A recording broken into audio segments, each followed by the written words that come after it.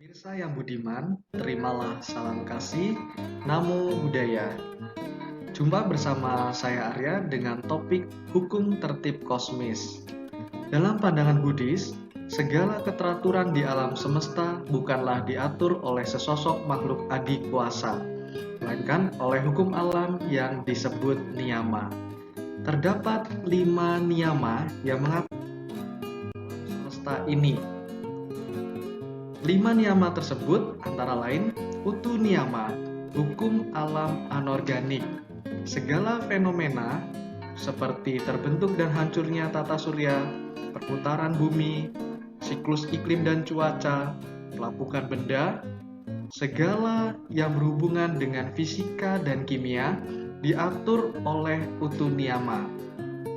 Hukum alam yang kedua adalah bija niyama atau hukum alam anorganik. Segala fenomena yang berkaitan dengan pertumbuhan tanaman, pewarisan sifat, pembelahan sel, mutasi genetika, perubahan warna pada buah, adanya rasa pada makanan, segala yang berhubungan dengan fenomena biologis diatur oleh bija niyama. Hukum alam yang ketiga adalah cita niyama. Cita niyama mengatur proses kerja batin. Segala sesuatu yang berhubungan dengan kesadaran makhluk hidup, kekuatan batin, kemampuan bertelepati, atau mengingat past life karena kekuatan dari meditasi samatha bhavana, ini semua diatur oleh cita niyama. Kemudian, hukum alam yang keempat adalah kama niyama. Kama niyama mengatur sebab akibat perbuatan makhluk hidup. Misalkan, seseorang yang sukses karena bekerja keras, atau seseorang yang mendapat nilai yang baik karena giat belajar, ini semua diatur oleh kama niyama. Kama niyama juga berkaitan dengan hukum kelahiran berulang atau punarbawa. Terdapat 31 alam kehidupan bagi makhluk-makhluk yang belum mencapai nibbana. 31 alam tersebut secara ringkas dibagi menjadi 4 alam menderita, antara lain alam neraka, alam peta, asura, dan hewan. Seseorang yang terlahir di alam neraka karena pada kehidupan sebelumnya diliputi atau dominan oleh sifat kebencian atau dendam. Seseorang yang terlahir di alam peta berarti karena dalam kehidupan sebelumnya dominan keserakahan. Seseorang yang terlahir di alam asura dalam kehidupan sebelumnya dominan oleh sifat keserakahan dan iri hati. Dan seseorang yang terlahir di alam binatang karena dominannya sifat kebodohan batin. Seseorang juga dapat terlahir di alam manusia karena praktek sila. Seseorang dapat terlahir di alam dewa karena perbuatan baiknya. Dan seseorang juga dapat terlahir di alam Brahma karena melaksanakan meditasi hingga mencapai jana. Bagi makhluk atau bagi orang yang melaksanakan jalan mulia berunsur 8 secara sempurna, maka dia tidak akan terlahir kembali di 31 alam kehidupan ini. Dia mencapai kondisi yang disebut dengan nibbana. Hukum alam yang terakhir adalah dhamma niyama. Dhamma niyama mengatur fenomena adikodrati atau supranatural. Misalkan, ketika bayi Pangeran Siddhartha dapat berjalan 7 langkah sesaat setelah dilahirkan, atau bumi bergetar saat Pangeran Siddhartha mencapai penerangan sempurna, atau ketika Sang Buddha parinibbana. Setiap makhluk yang belum mencapai nibbana akan berputar terus-menerus di 31 alam kehidupan. Ini juga diatur oleh dhamma niyama. Kelima hukum alam ini bekerja secara spesifik sesuai dengan spesifikasinya masing-masing. Tetapi kelima hukum alam ini saling berhubungan yang disebut dengan kausalitas. Misalkan perubahan cuaca yang ekstrim dan global warming yang diakibatkan oleh ulah manusia yang diliputi oleh loba, dosa, dan moha. Ini merupakan contoh kausalitas antara utu niyama dengan kama niyama. Kemudian misalkan ditemukannya virus-virus baru yang bermutasi akibat perubahan iklim dan juga akibat ulah manusia. Ini merupakan contoh kausalitas antara bija niyama, utu niyama, dan kama niyama. Kemudian seseorang yang mempraktekkan sila biasanya akan lebih mudah dalam bermeditasi dan mencapai jhana. Ini merupakan contoh kausalitas antara cita niyama dengan kama niyama. Kemudian, bagaimana konsep ketuhanan dalam agama?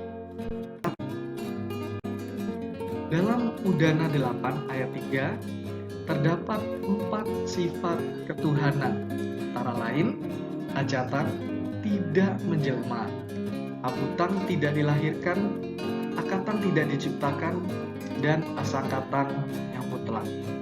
Mengapa kita umat awam tidak dapat mengetahui konsep ketuhanan ini?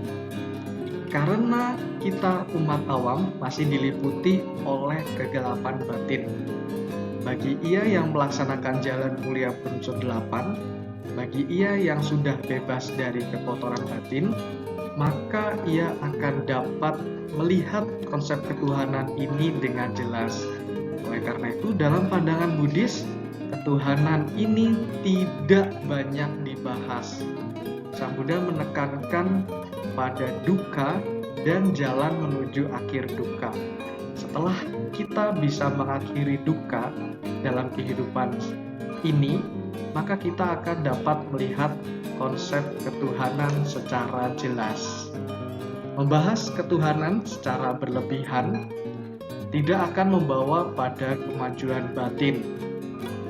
Seperti dalam Cula Malunkyaputta Sutta, Sang Buddha memberikan perumpamaan panah beracun kepada Bhante Malunkyaputta.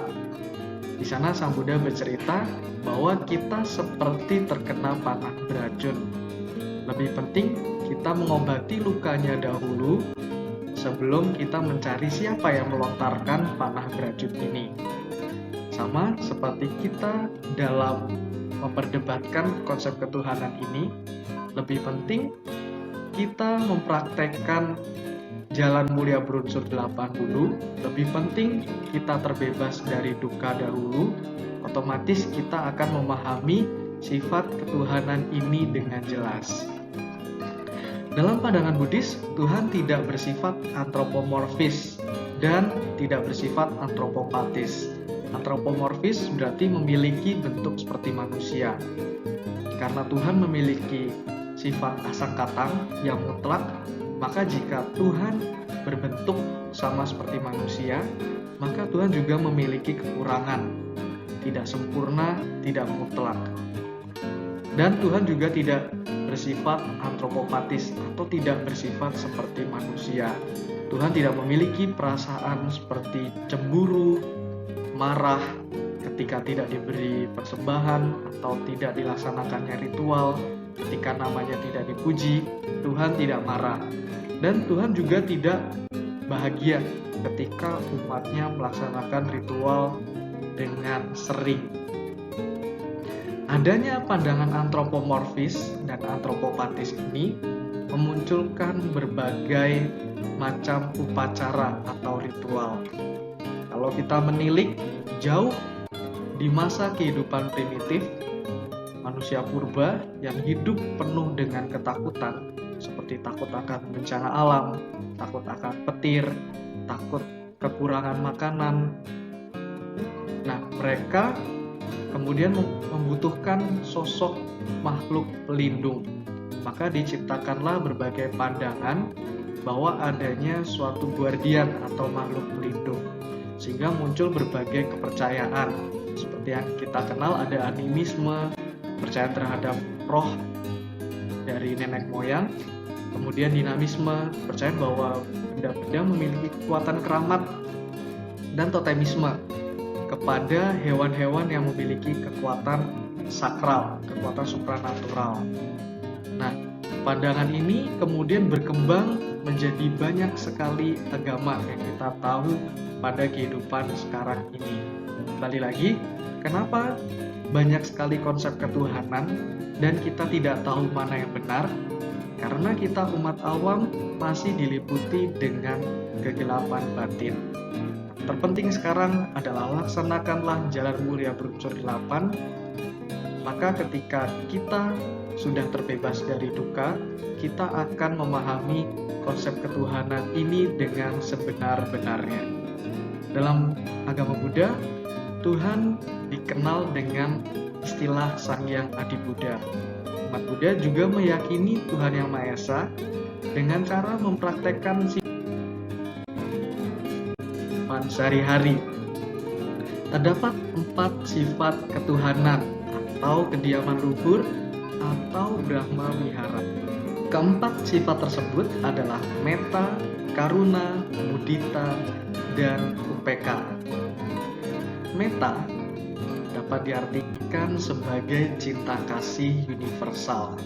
Dalam Karanya Metta Sutta dijelaskan bahwa seperti seorang ibu pertaruhkan jiwa melindungi putra tunggalnya, demikianlah terhadap semua makhluk kembangkan cinta kasih tanpa batas. Jadi metta ini dikembangkan pada semua makhluk, baik yang sedang berbahagia maupun makhluk yang menderita, baik yang tampak maupun yang tak tampak, baik yang berada jauh ataupun dekat. Cinta kasih universal ini disebut dengan metta. Apa sih manfaat dari melaksanakan atau mempraktekkan metta ini? Manfaat mempraktekkan metta seperti dapat tidur dengan tenang, kemudian dicintai oleh sesama manusia maupun para dewa, mudah dalam mencapai samadhi, dapat meninggal dengan tenang, dan mencapai alam bahagia setelah meninggal. Bagi mereka yang melaksanakan metta juga biasanya memiliki paras yang rupawan atau indah. Sifat luhur yang kedua adalah karuna, belas asih. Bedanya dengan metta, kalau metta ditujukan tanpa batas kepada semua makhluk, karuna ini ditujukan kepada makhluk yang kurang beruntung atau kepada makhluk yang menderita. Seperti misalkan kita menolong nenek menyeberang jalan, kita memberi makan kucing yang kelaparan, kita melaksanakan bakti sosial kepada korban bencana. Ini semua adalah bentuk dari praktek karuna. Sifat luhur yang ketiga adalah mudita atau simpati atau perasaan senang ketika melihat orang lain atau makhluk lain yang beruntung atau berbahagia. Nah, sama seperti metta dan karuna, mudita ini juga berupa cinta kasih, tapi ditujukan kepada makhluk yang beruntung. Misalkan kita memberikan selamat kepada teman yang berhasil meraih juara. Nah, ini adalah contoh dari mudita atau simpati.